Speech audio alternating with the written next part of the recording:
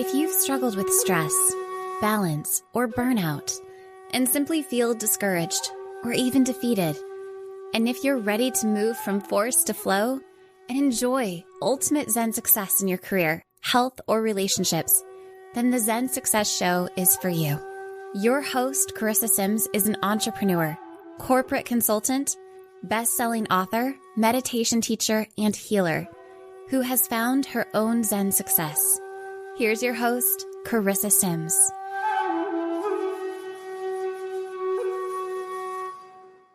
Welcome to this week's episode of Zen Success. Today, I have the pleasure of speaking with Dr. Erica Steele. I was so lucky because I got to meet Dr. Erica. Do you like to be called Dr. Erica? I actually prefer Dr. Steele. Dr. Steele. Okay. Yeah. I met Dr. Steele in Clubhouse, and I was so impressed with her knowledge and her passion for holistic health. And then I know I was supposed to interview her and reconnect because we were brought together again by the National Publicity Summit. And I was like, I know you. And I was so excited. So let me tell you a little bit about Dr. Steele. Wasn't that funny? Yeah. Yeah, I know. The irony behind it. I was like, oh my moonlighting Clubhouse days. But you're not doing it anymore, huh? You don't have time. I don't do it as much. I mean, I didn't really have time then, but I felt so moved by it. And then it kind of fell flat for me. Just the culture on there is a little interesting. It just didn't feel like it's in alignment with who I am and what my mission is, which is to educate people. So. Oh, wonderful. Yeah, I know what you mean. Well, things change. And I was really excited about it, and I'm still on it, but I'm not on it as much. So let me talk to our audience a little bit about Dr. Steele. She is the child of two Marines now practicing in Virginia Beach, Virginia. Dr. Steele is the founder of Holistic Family Practice, where she specializes in natural health, healing, disease prevention, and holistic healthcare. As a highly educated, multi-degreed, and extensively trained board-certified naturopathic doctor, a doctor of natural medicine, a certified functional medicine practitioner, and a certified homeoprophylaxis practitioner. Oh, there, I said it. Yeah. Dr. Steele uses multi-faceted and synergistic approaches to physical, environmental, mental, emotional, and spiritual health. Her work often supplements or co-manages that of her patients' GPs, so they're general physicians, surgeons, nutritionists, therapists, and other healthcare providers. That's great. So you work together as a team. Since 2001, she has helped transform the lives of over 30,000 people. That is incredible. Yay, that someone counted that for you, I'm sure. Oh, we have lots of data. Yeah. Having been immersed in her own family's world of science, health, and holistic healing since early childhood, Dr. Steele prides herself on practicing safe, effective methodology within the realms of proven science. That is incredible. Welcome, Dr. Steele. I feel like clapping for myself for some reason. Yay! Yay. You should clap for yourself. That's amazing. Okay. So what is your mission? Like, why did you get into this? What is your why? So, gosh, it's like so multifaceted, and I think it expands over time. But I think at the core is really to teach people how to heal themselves, right? Because so often we become unwell for whatever reason, whether it's mental, emotional, spiritual, whatever, right? Ancestral. And we get unwell, and then we go to a provider, whatever the provider is, and then we give our power away to that provider, thinking that they're going to fix it and fix us because we're broken. And then we get frustrated and we feel abandoned, and when they're not able to live up to this unrealistic expectation of us. And so I saw this cycle, right, of just people not really knowing who they are and not really knowing their own ability to heal themselves. And so I really want to, and I'm always doing this, is educating people, and motivating them and empowering them to understand their bodies more, understand their minds more, their spirit more, their emotions more, and all of these implications, so that they can do things practically to help reverse or even prevent disease. Yeah, that's amazing. I know I was just talking about that on Instagram today because I cut my finger last week, and I said, isn't it amazing the incredible power that we all have to heal ourselves? And here is evidence, that I had this cut and now it's healed. And I also had a bigger story of cancer. I was diagnosed in February 2020. And it's very like humbling, when you're diagnosed with a disease. And yeah, and that happened to me, but I actually did step into my power. So that's good. I did reject traditional medicine, and I would have gone to someone like you. But I did see like an East-West functional medicine doctor, but they had, yeah, you're functional medicine doctor. Okay, wonderful. But they had recommended, I was diagnosed with cervical cancer. They had recommended a total radical hysterectomy. And it just didn't feel right. It didn't feel like it was the solution. And I looked it up and everything was like, oh, that's the standard practice of care. And then they're like, okay. And then after that, we're going to take out your lymph nodes and all this other stuff. And they had tested them and there was no cancer in the lymph nodes, and it had not spread. But they're like, oh, it's just a precautionary measure. And I'm like, well, don't I need my lymph nodes? I mean, I was like, wait a second. This just doesn't sound right. Yeah. So, but I had seen traditional medicine, and this is going to be controversial. Really, I don't know. I guess I could say kill my father. The chemotherapy of his cancer, that's what he died of, not the cancer itself. And that kind of like stuck with me. And I was like, oh, hell no. Oh, hell no, I'm not going this way. So I think I had a little bit of a like, okay, are you going to go down the same route as your father? Yeah. And that's common. I think we see different, situations with our family, our parents, loved ones, friends, and we go, wait a second, I want to learn from that experience. So not only I'm a naturopath, I'm a functional doctor, I'm an integrative doctor, a homeopath, all these things, right? And so one of the things that I love about what I do is it's not us against them. Like, it's not alternative medicine. It's not me choosing one or the other, right? It's me looking at the case as a unique person. You are a human being sitting in front of me, not just a disease process. And that's sometimes what is seen in allopathic medicine. You're no longer the human that you are. You are just the disease process. And now you're pretty much bucketed into a lot of statistical data around that disease process, right? So we recognize, yes, there is a disease, but that disease is attached to a human, and that human being has manifested this disease process for whatever reason, right? Yeah. So they don't think about like the underlying, like, okay, why is this disease? Just get rid of it, right? Just get rid of it. And that's not their job, right? And so it's important to understand, like, allopathic medicine does get a bad rap in the sense that everybody wants them to be something they're not, right? And so, oh, that was me. For sure. Yes. For sure. And it's like dating somebody and wanting them to be a certain way when they're not. It's like, do we accept them? Oh, you're so nice. Yes. Well, it's because I love medical doctors. And my mother actually, she went more of the traditional route. She did cancer research for NIH, and I grew up running around labs. So I understand the allopathic model and the approach, even though I philosophically chose to be a naturopath because I believe in nature cure, but that doesn't mean that there's not a place, right? Mm-hmm. There's always a place for something. Like we're humans, we're very multifaceted, right?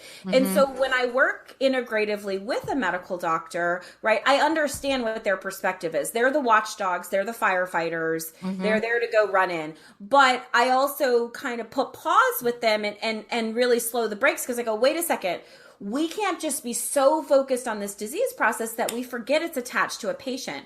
We need Mm-hmm. to communicate with them properly. We need to be empathetic. We need to work with them on their nutrition because if they don't have proper nutrition, I don't care what the treatment is, they're not going to be able to withstand it. And that's part of the issue too, is they're very like tunnel vision on things and that's just their training.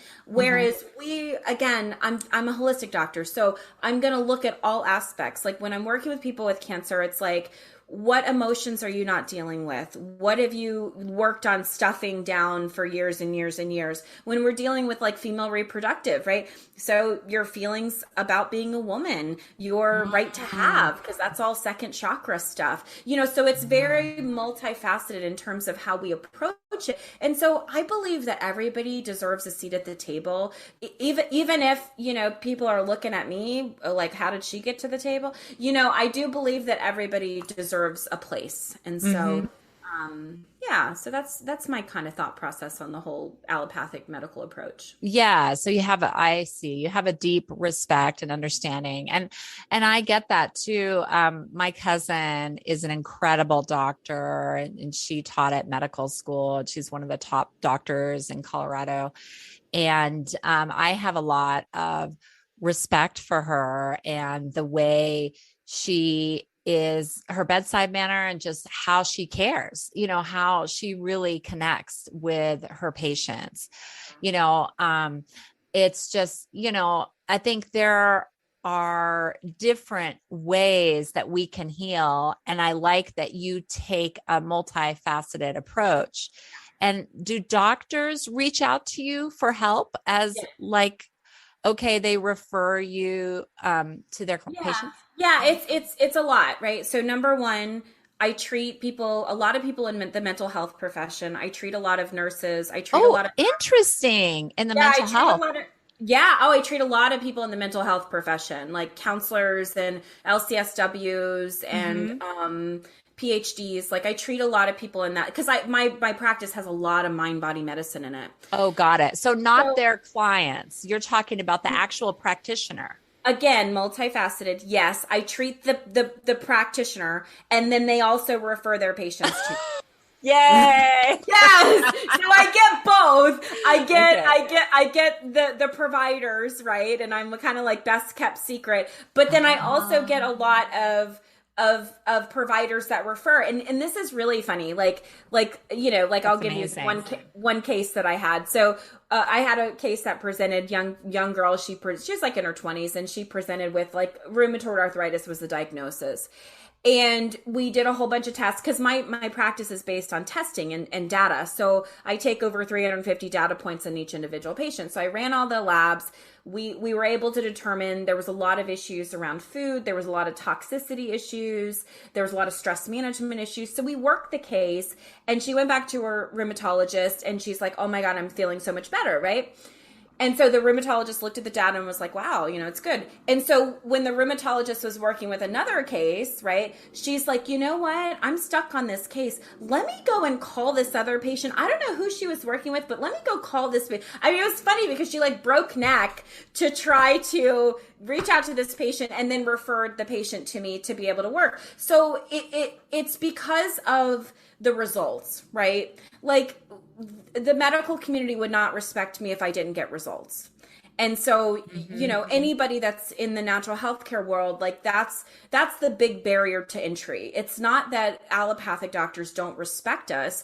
It's that if you don't work in a certain context of evidence-based, healthcare practices, like how do you expect them to respect us as professionals if we're not really treating our patients as professionals? So Hmm. that's my kind of 2 cents. I also, I'm a teacher and I love to teach people what I do. So Hmm. just for those people that want to learn to be a holistic doctor. Yeah, yeah. And maybe use that as a way to supplement what they're already doing. But a lot of the doctors, they maybe don't have time to get that education, and insurance might not pay for it. So there's certain barriers I feel as well. They almost have to leave their profession, I would think. Not No? necessarily so. No? I think in terms of an allopath converting over, I think a lot of them are getting burnt out with managed care system, which is our healthcare system. Hmm. I think it's unrealistic. You know, it puts a lot of good doctors in a lot of really stressful situations Yeah. where they're having to see so many patients in a short period of time, and that's why I just don't deal with it either, because it's not really conducive for healthcare. It's really good for sick care, get them in, get them out, but it's not good for anything else like chronic disease or really educating people. I have a public health degree as well, so it's like my goal really is to educate people about their health and how their health works, and you can't do that in a 15-minute, Yeah. meaningful use appointment. You just can't do Yeah. that. Yeah, it's true. Yeah, they just don't have time. So I was just wondering, talking about that client that you help with rheumatoid arthritis. Have you ever heard of, now I know since you're spiritual that you might have psychoneuroimmunology? Yes, yes, yeah. Oh yeah, I'm trained in that Oh, that's psychoneuroimmunology. That's the amazing. emotional manifestations of disease. Yeah, and Yeah. I actually, so I've done a lot of work in that space. So just for your listeners to understand what that is, Yeah. it's Explain how that. the mind creates emotional response. And so you're dealing a lot with trauma, you're dealing a lot with compartmentalization, you're dealing a lot with the mental state, limiting beliefs, subconscious mind, conscious mind, and also the emotional components, because we suppress our emotions in our body, and then eventually it creates disease, especially those people that deal with trauma. I'm actually about to start my last and final degree, which is a PhD in applied psychophysiology, and I start that next month. And so that really gets into the brain mapping and gets into really how to rapid fire and optimize brain function so that we can have more empowered control over our brains, our emotions, and then our actions and behaviors, and really the physiology, which is how the body functions. Oh, wow. That's amazing. So, with the rheumatoid arthritis, was there a certain emotion that you were able to identify with your client that she was So feeling? So, rheumatoid arthritis, right, just so we're clear, is an autoimmune condition that attacks the joints, right? Hmm. So, any autoimmune condition, right, it's really a very self critical person, and it goes to a Oh, lack of forgiveness in self, right? We oh, have I this see. expectation of self that is totally unrealistic, which is often learned, right? Because we're Mm, taught as a young age, you're either good or you're bad, you're either doing good or you're doing bad, you're either gaining my approval or not. It's very conditional. And so we mm. learn really young that I have to do good. I have to be good. I have to be a good girl. And so we get a lot of shame associated with that. As we grow up, right, we begin to internalize that shame. And then we begin to, literally pick ourselves apart. And then Mm. naturally, what happens in action is we don't treat ourselves well, right? Mentally, we're saying horrible things. Oh, I'm fat. I'm this. I'm that.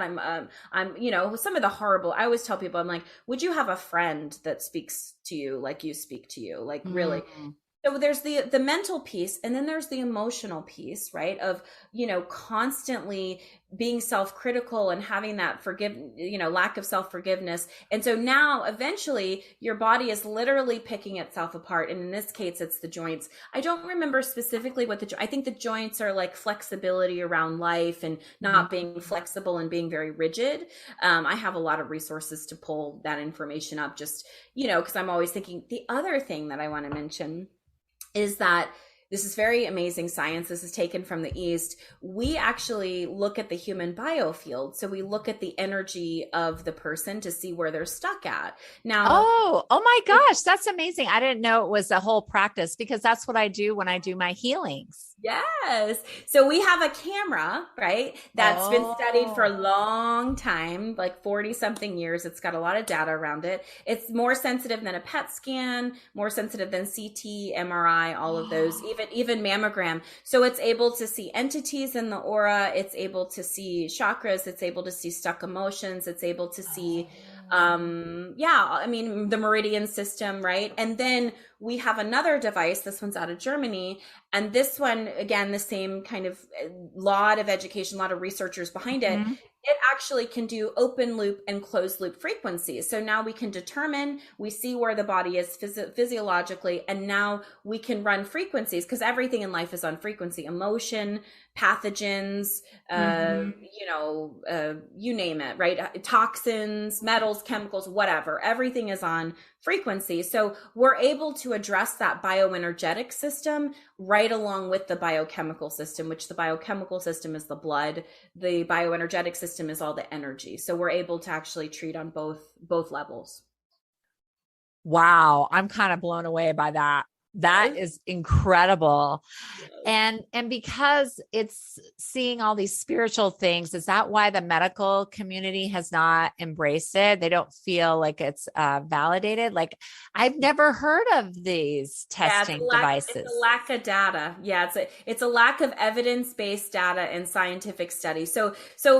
Again, I grew up running around labs with my mom, right? My Uh-huh. mother got sick with mental illness when I was really young. And so then, she had a psychotic break, unfortunately. And then Oh. one of her psychologists encouraged her to start going through her Native American roots, right? So then I started Oh. going to sweat lodges and vision quest and hands-on healing and Reiki attunements and acupuncture. So I grew up knowing there's a science you could prove, right? Mhm. But then there's a faith-based practice that works, but you can't prove it. And so part of my mission is not only to educate, but also to prove the unprovable. So that's why we take so much data on patients, because we're really gearing up for a lot more controlled studies to be able to prove energy and biochemistry run together. And also too, just to throw out there, I also train in genetics and methyl genetics. So I can see trauma in the genetics and be able to stack all of these things up to understand even deeper as to why people develop certain things. That's amazing. Yeah, I was listening to this interview and they were talking about arthritis and they brought up, just like you said, shame. So I know you brought up flexibility also, but I think that's really important to realize that shame can cause that inflammation and cause that disease within you. And with me, myself, I think I had anger and shame within me from trauma, like from past experiences that happened to me. And was never really willing to address it. And I really think that that's why the cancer showed up for me. Of And it was course. actually amazing, incredible experience to really start to love myself again, Yeah. and so it was such a gift, and I think a lot of people will say that, right? That their Oh disease yeah. was a gift. Oh my gosh. And especially with cancer, unlike anything I've seen, like it's such a blessing to the person, right? Because it helps them to transform. And Yeah. then also everybody that is connected to that person also receives the benefit of that healing, right? And not that I want to wish cancer on anybody, because you don't need that level of suffering Yeah. to be able Yeah. to You can heal. learn in other ways, but it's just Yeah. interesting. It's just a different perspective. It is. It's a better perspective. I feel like it's a healthier perspective than I'm wrong, I'm bad, I need to be punished, which has a lot of shame tendencies to it. Mm-hmm. But also too, I think it's a better view than I'm a victim and I'm powerless and I'm hopeless over this disease, right? It's important to realize that I manifested and created this disease. The disease didn't create and manifest me. So I'm bigger than this disease process, right? And I Mm. think people forget that because they see it and it's got such this big archetype to it that they really lose sight of, wait a second, why did I manifest this again? What am I supposed to learn from it? What am I going to do differently? How am I going to transform this? And I think that that's not even just with a disease, but let's say a failed marriage or unhealthy partners or financial issues, because we all have our things, right? It's, maybe somebody's health is not the thing, but like money, like they can't keep a dollar to their name and they're like, what's going on? So I think it really translates really across the board for people. So I know you touched on it a little bit, but what is disease to you? So disease, right, is what so it's a right? It's not balanced. And then E is I'm imbalanced, right? I also want to kind of take it out of that word context and let's go into pathology, right? Because this Okay. was fascinating when I learned it. So pathology is the study of disease, right? So ology, study of, but pathos, root word in Latin, means suffering, right? Study of suffering. Study Fascinating. suffering. So disease is actually suffering, right? Hmm. And so if we think about that for a minute, okay, if I have a disease, then I'm choosing suffering. I'm choosing to suffer. Why am I choosing to suffer? Right? Because suffering is a choice. And I know that's controversial, more controversial than the allopathic. Yeah. Like people are like, what? This isn't, because we want to defend it. The ego's like, no, she's wrong. She's bad. No, absolutely not. This is your victim. Hold on to this for dear life. Yeah. But, this is from somebody like, I'm not living in this like, little, fairy la la land, right? Yeah. Perfect world. Yeah. I'm a daughter of two Marines. I was sexually abused, physically abused, mentally abused. My Oh, entire wow. yes, I was diagnosed PTSD at 14 and left my house at 16, right? Oh my Because God. Did my that mother had happen from my, family members or just? yeah, my mother had multiple personalities. And so she has 18 different personalities. And so not all of them necessarily appreciated my free-spirited, loving, open-minded, free communicating ways. And so yeah, my mother was very violent. And we have a great relationship now and we've healed and all that. Wow. But Good yeah, for you. had a very difficult growing. So I say that to say, and then in terms of the sexual abuse, I was a babysitter, but I want to be clear, like I have walked this path, right? I have done the work, right? And not only when I left my house at 16 because I said, I'm either going to kill my mother, right? Which I'm Oh not a my homicidal God. person, but I'm either going to kill my mother or she's going to kill me. And Yeah. neither one of these is going to be good. And I know, because I knew from an early age I was going to be a doctor. I said, I know I got to be a doctor. So how am I going to do this? So I left at 16 years old with literally just the clothes on my back, no photo ID, no insurance card, no Oh. nothing. And Right. was your dad traveling? Both my parents traveled. So my Okay. dad was on one Yeah. side of the world and my mom was on another side of the world. So my parents were young. They were in their 20s when Yeah. they had me. They had trauma from their own background too. Like, and I love my parents, both of my mom and my dad. We have such a great relationship that's healed, fully healed Good today. for you. Right? Which That's I tell people, incredible. that's the work, right? That's the work. So it's like when I left, it was like, I want to understand how this thing can happen. I want to understand why people suffer. I want to understand the breakdown in the family and understand what happens with all of that. I want to understand trauma. Like I want to change these things, right? That's why we do the things that we do. It's not because, I think that this would be fun. It's like, we do, I mean, if I had my whims, I would have been a musician. But, the thing is that It's not too late. It's not too no, late. absolutely not. And I still You play, go. for my chihuahuas. So, yeah, but this whole doctor thing keeps me kind of busy, but, Yeah. I just really, I really want people to have hope and understand, no matter what you've experienced, right, you can transform from it. And the reason I chose holistic medicine and I got all this education was because I realized that when you're dealing with complex issues and complex human beings, you have to have a complex understanding. It's not going to be one thing. It's not just about taking a supplement or doing some breath work, although those things are beneficial. Like you've got to treat it on a root level. Otherwise, you're going to keep recreating the trauma, which I did over and over and over again until I kind of got hip. I try to be a quick study though. So where did you go at 16?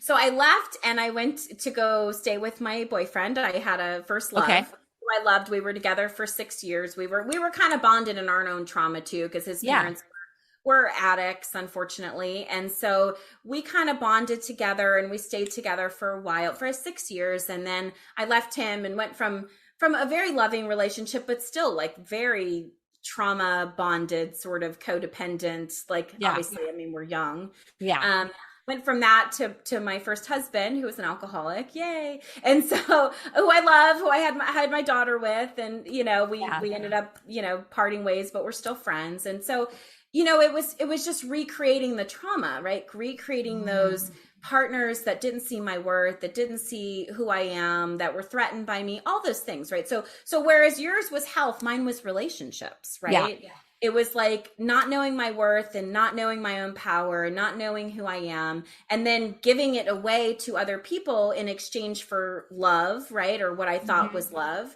Yeah. And feeling the effects of that. So I've dated probably every narcissist that is, every I single thought one you might tries. be trying to help them or something, Yeah, having of that course. heal them. I'm the one that's gonna change it. Yeah. Oh, believe me, girl, I've been there with relationships. Okay. All I right. know. It's I've like been I know. there. Exactly. And It's like, in fact, in one relationship, I was so codependent on him. I couldn't break up with him, even though I knew he was bad for me. And yes. he broke up with me. Thank you, universe. Thank you, God. Right. So it's like, whatever the situation, Yeah. whether you decided to leave or another circumstance, it's like God or the universe, whoever it is, has your back. Yeah, I For mean, sure. really, yeah, we again, these trauma bonds, right? And I teach people how to not be in trauma bonds now, because I'm no longer, I broke that. I'm no longer in a trauma bond. I am in a loving relationship right now, but it's nice and slow and easy, and it's perfect, and it works, right? And so, but I also leave myself open to it not working at a certain point, meaning that I Beautiful. take it day by day and I'm not so attached to the outcome, Mm. where I used to be so attached to the outcome. I used to be so like, oh my gosh, if this person's not with me for the rest of my life, then that means that there's something wrong with me, Yeah, right? exactly. Yeah. Well, I And so, think a lot of times we're taught that in society as well. If of you're not course. in a relationship, there's something wrong with you. Even you're so beautiful. Like, why aren't you in a relationship? Like that kind of judgment. Yeah. Or if we're a woman, like, don't you feel like something's missing? And then forget being like a Yeah. career woman, like, oh no, then it's like, well, you're a little too independent, don't you Yeah, think? yeah. As soon as I hear the strong, independent woman speech, I'm like, Oh, out. oh, you're out of there. Yeah. I'm like, Like, okay, oh, I can't. what would a man have to offer you? Yeah, Like, you right. know, Exactly. I'm like, if all you can bring to the table is sex or a bank account, like that's not going to do much for me. Like we're in 2022. Like I can get both of those myself. I need more. Like what emotional support can you yeah, provide? What exactly. companionship can you provide? How are What you going to lift me up? How are you going to lift us up together so that we can yes. grow together? That's Provide beautiful. value. Hmm. Yeah. Yeah. So let's go back to the healing. So when people work with you, can you work with anyone around the world, like remotely? Yeah, I work with people all over the world. That's We, amazing. we can send labs to any country. We can send remedies to any country, and then we do everything through Zoom. Oh, Even like perfect. even biofrequency, so like the pictures and even the machine I was telling you about, that can be all done remote as well. So yeah, I mean, because when COVID happened, I was like working 100 hours a week because they were kicking people out of the ERs and telling them just to go home and Oh quarantine. my God. So I really started educating people then, and started Yeah. working with a lot of people and helping support their immune systems and all the things. And so I was like, you know what? I'm working 100 hours a week because that was the world in COVID, and you couldn't really go anywhere because it was like home work. You didn't really know, we didn't know Yeah. all this, now. And so I started traveling the world. Like I said, you know what? I am going, like, I only live once, right? And I need to get out of this little box. And so I started traveling. So I had already kind of started putting those structures in place, but people weren't really having the whole telehealth thing. Like they do it a little bit. They'd be like, oh, we'll just wait till you get back or whatever. But then COVID really helped because then people were like, oh, okay, like they accepted it. So Yeah. I actually travel myself, and I use a full remote team. I do have a couple people that work for me physically in the office, but yeah, so I have a very unique practicing style too, so that I'm not like, I I don't have to. down. Yeah, exactly. I know. That's so But are funny. you working less? Are you doing some self-care? Oh yes. Well, Okay. yeah, COVID was that was a whole different animal. Okay. I definitely have structured my life really well, and I don't overwork anymore because I don't really have anything to prove anymore. Like I think at a certain point in my Ah, career I had a lot to prove to myself, and now it's like, I got it. I'm good. I'm secure. I don't need to, trade my achievements or accomplishments yeah, for. prove something. Yeah, Yeah. yeah, I don't have to do that. Yeah, you are enough within. Yes. Yes. Yes. Yes. Yes. Yes.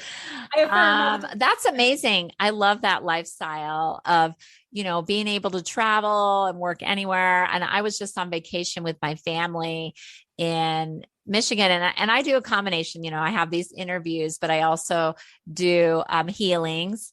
And then I also do consulting with corporations. And and I was doing all that remotely. So COVID for me was a blessing in that sense, because I used to travel for work and leave my family. And now I can go with my family and do it like remotely from anywhere. And I went to Egypt and I was working there. But I don't work that much. I mean, it's just like I choose, Yes. my schedule and everything. So it's really, I mean, I like that lifestyle. I like having that freedom to choose. So that's great that you set that up like that. Okay. So, I mean, I definitely feel like, I mean, if anyone is having any challenging time with a disease, or like they've gone to multiple doctors, you just have to reach out to Dr. Steele. And like, if you're listening to this now, like, I'm going to cry. Like, seriously, she will heal your life. She will get you on track. She will give you the right tests to give you a holistic approach, and just do it. Don't even hesitate. I mean, do you have like a free 15-minute or Oh something? yeah, we do a free 15-minute consultation. And even just a simple, because it's like dipping your toe in, right? Like there's so much trust involved in that relationship, right? And so you can Google my name, you can see all the things. I mean, I'm on television quite a bit, so I'm educating. You can kind of get my vibe, consume my content, I'm on every social platform ever, and really kind of get acquainted, right? Because that's really Mm-hmm. important, especially when you're choosing a provider. You want somebody that's going to resonate with you. Because I do educate people, I do coach people, but I also hold people accountable. So that's a whole nother thing too. Like you're not necessarily going to like get away with a whole lot of stuff with me, right? Yeah, it's And, not going to and be easy. You got to work your ass off and yeah, it's not for gonna be, healing. yeah, just gonna be like, oh, okay, just eat whatever you want and like do whatever you want. So you Oh gotta be no. ready for that. You gotta be ready to Yeah. want to change. Committed. Yeah, and Committed. and Yeah. really committed to yourself and be willing. Yeah. Like, what is that when they say like the pain of staying the same becomes greater than the pain of change, then change will Yeah. happen. And Yeah. so I do offer a 15-minute for those people that are ready in the action mode and they want to do something different. Yeah. Um, and we That's do. so important to realize. You got to be ready, because don't just waste your time and Dr. Yeah, Steele's time, because yeah, this is serious. You got yeah. to be committed. And the thing too, it's like I won't even let you move forward if I don't believe that you're ready, because Good for it's not you. a money thing for me. Like I don't care. Like what? Yeah. You're Like good yeah, I financially. make a Yeah. lot of money. Like I don't need. Yeah, I don't Yeah. need. It's not about. It's about doing the work and getting the results, right? And so even if you'd like dip that toe in that 15-minute and we have a conversation and I feel like you're ready, or I feel like you're bringing a lot of stuff in from the past, because I unfortunately I get kind of dumped on sometimes just because so many bad I'm experiences, sure. right? It's like, look, like this is a new experience. You And got to there's, protect your field. Yeah. yeah, exactly. Because I'm treating so many different people. And it's like, so really you want to be ready, right? And I get there's apprehension and there may be fear and there may be anxiety and there may be all kinds of emotions that are coming in, right? But at the end of the day, it's like it's a choice, right? So what do they talk? It's like I'm like cliche day, I guess. It's like the journey of 1,000 miles or whatever starts with the first step, and that's really what Mhm. it is. It's just about taking steps, and I slow people down, right? So more normally people come into my office like they're flying, they're going like 85 miles an hour. They're like, okay, all right, I'm ready. Let me tell me all the things to do. I need the to do list, and I'm like, okay, we're gonna bring it down. Like I'm only driving 20 miles an hour, Yeah. right? My That's nervous enough to system. make someone stressed out too, though, right?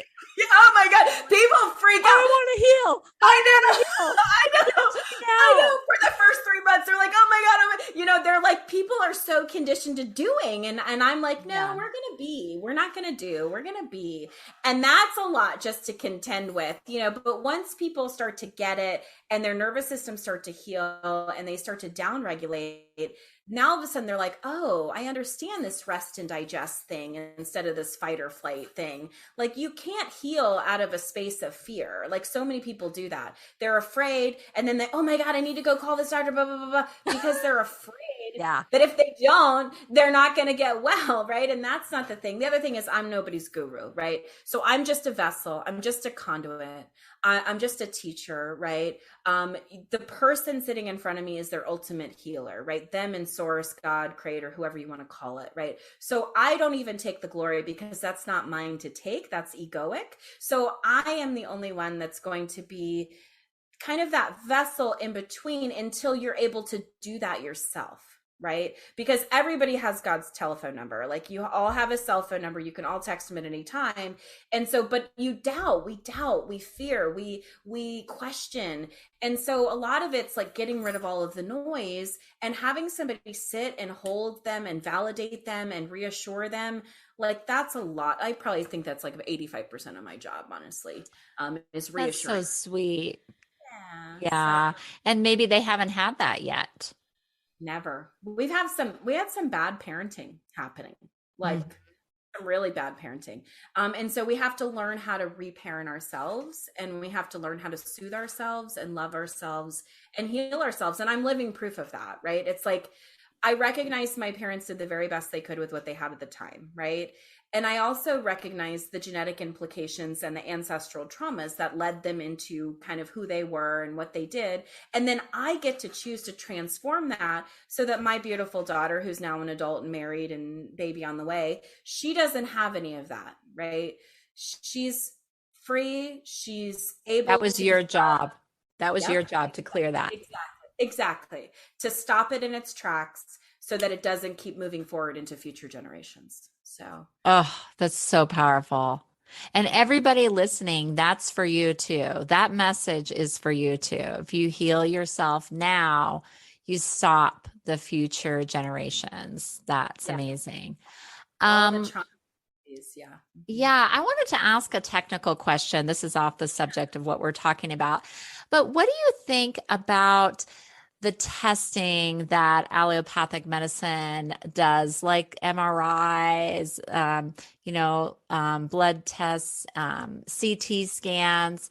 Mhm. Do you feel like that's an effective match for the kind of testing that you do?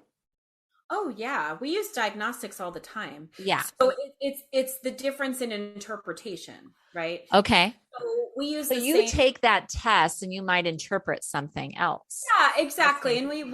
we run our own tests and things like that. But it's like we'll take the data, but we interpret it from a what we call a functional perspective, how the organs are functioning. So I'm looking at nutrient deficiencies, accumulated toxins, overall organ health and function and areas of prevention. When we're looking at an MRI or a CT, something like that, we're looking for imagery to be able to measure, let's say, a tumor or a mass, or we're able to get more internal insight without having to open up a patient. So we use very similar. Of course, I also have my own set of diagnostics and tools that I use as well, but we use very similar. It's just the distinction is in the interpretation, how we interpret the data. And Oh, what I we, see. Oh, that's yeah, fascinating. That's yeah. fascinating. I love that you're looking at the functionality of each organ and Yes. that's amazing.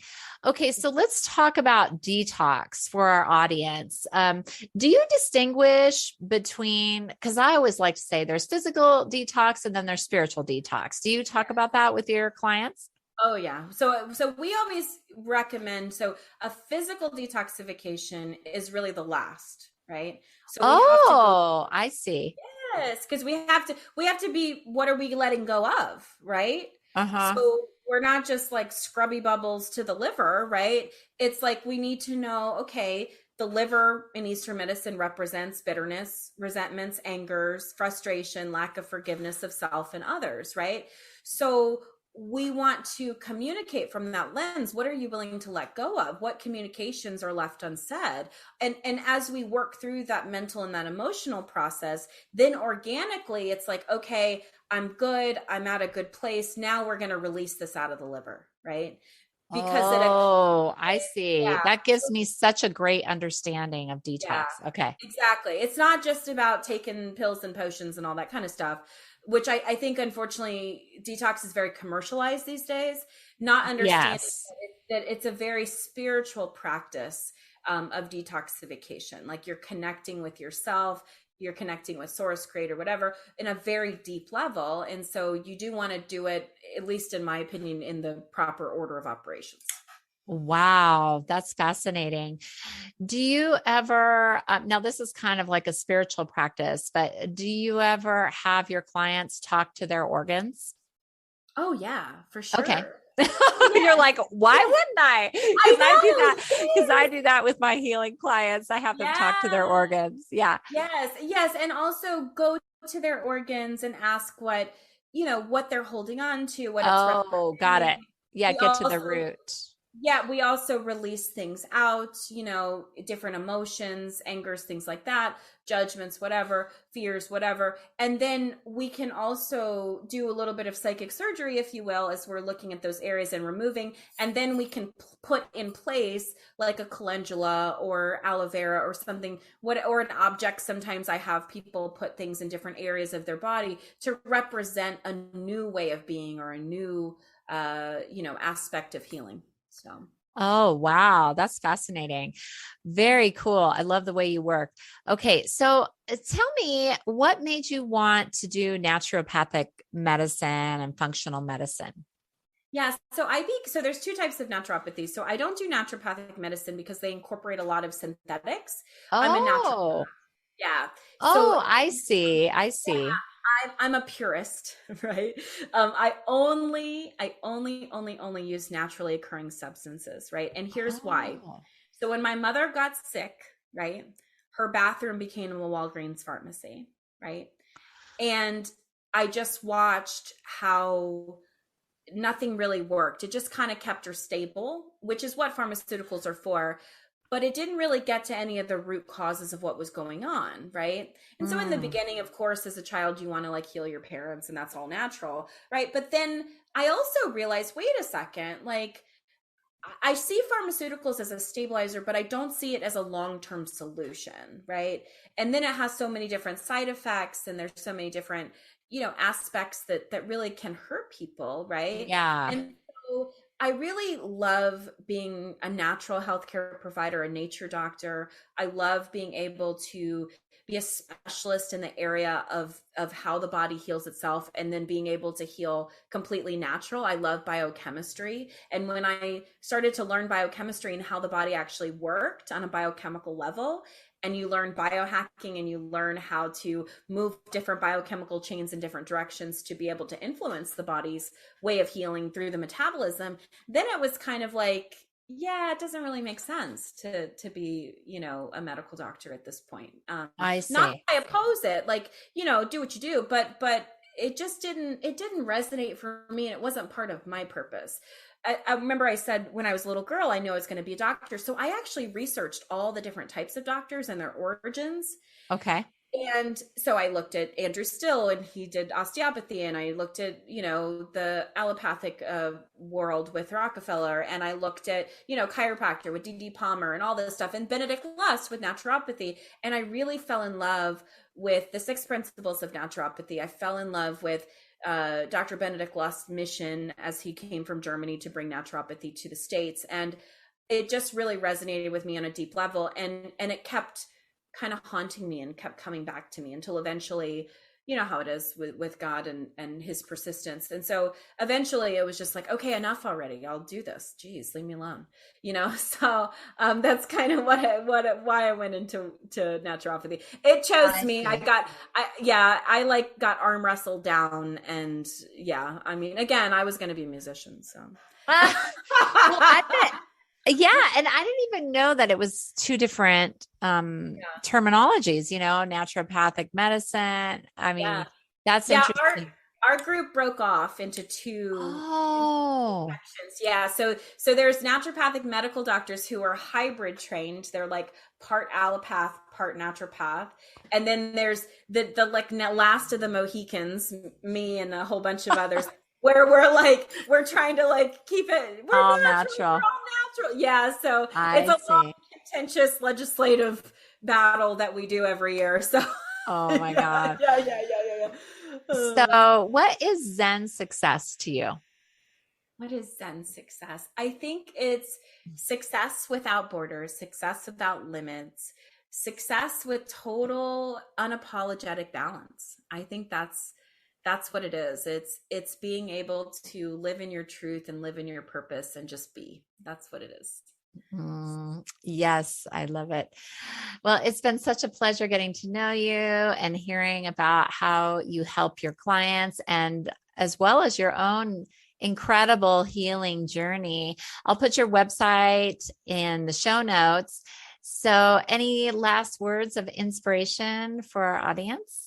I just think everybody has an amazing ability to heal themselves if they give themselves the right environment. And so their job is to really focus on creating that environment that's conducive for healing, both mentally, emotionally, psychosocially, and spiritually. So I'll leave you with that. Oh, that's amazing. Thanks so much, Dr. Steele.